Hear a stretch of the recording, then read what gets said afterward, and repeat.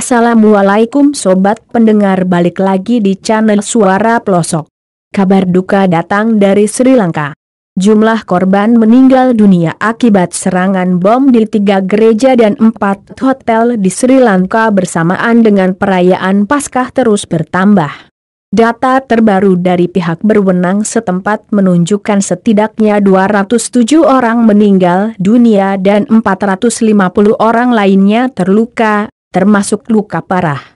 Sejauh ini setidaknya terjadi 8 ledakan terkoordinasi pada Minggu 21 April.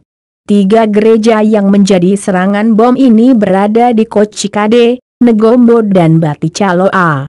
Hotel yang diserang adalah Shangri-La, Kingsbury, Cinnamon Ground dan hotel keempat yang semuanya berlokasi di Colombo. Gereja St. Sebastian di Negombo mengalami rusak parah akibat ledakan bom.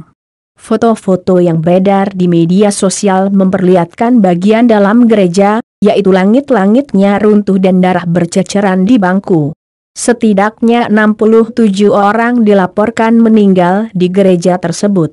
Juga ada banyak korban tewas dan luka-luka di gereja St. Anthony di Kochikade, salah satu distrik di ibu kota Colombo.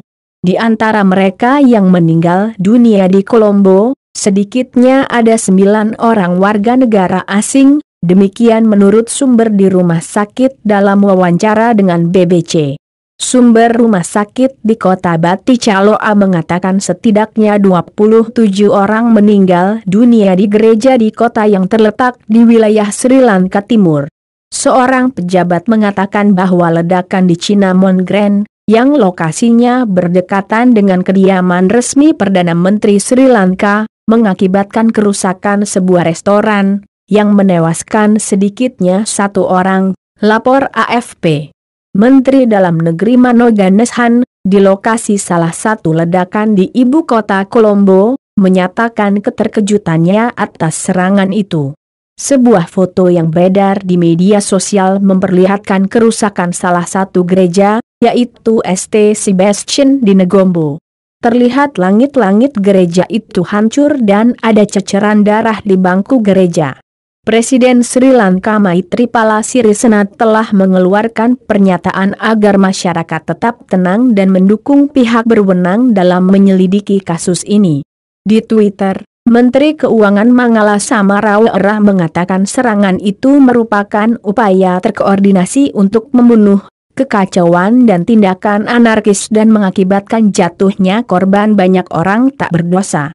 Seorang menteri lainnya, Harsh Hadesilve, menggambarkan pemandangan mengerikan di gereja St. Anthony di Kochikade, dengan mengatakan ia melihat banyak bagian tubuh berserakan.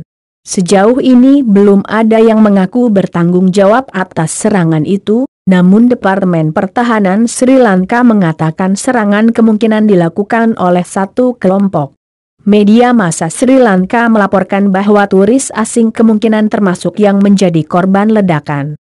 Ada kekhawatiran bahwa ledakan ini tidak terlepas dengan kembalinya anggota kelompok negara Islam atau ISIS yang menimbulkan ancaman di negara itu.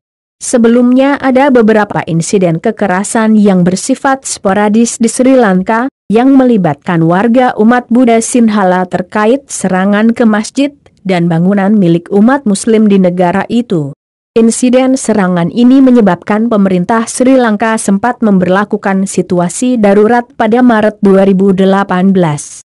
Dilaporkan gereja Santo Antonius di distrik Kochikade di Colombo, gereja Sebastian di Negombo dan sebuah gereja di Batticaloa di timur negara itu, menjadi sasaran ledakan. Minggu Paskah adalah salah satu perayaan utama dalam kalender umat Kristen. Sekian dari Suara Pelosok, semoga kejadian seperti ini tidak terulang kembali dan kita semua dapat terhindar dari malapetaka. Jangan lupa like dan subscribe channel ini untuk mendapatkan informasi terbaru dan terpercaya. Assalamualaikum.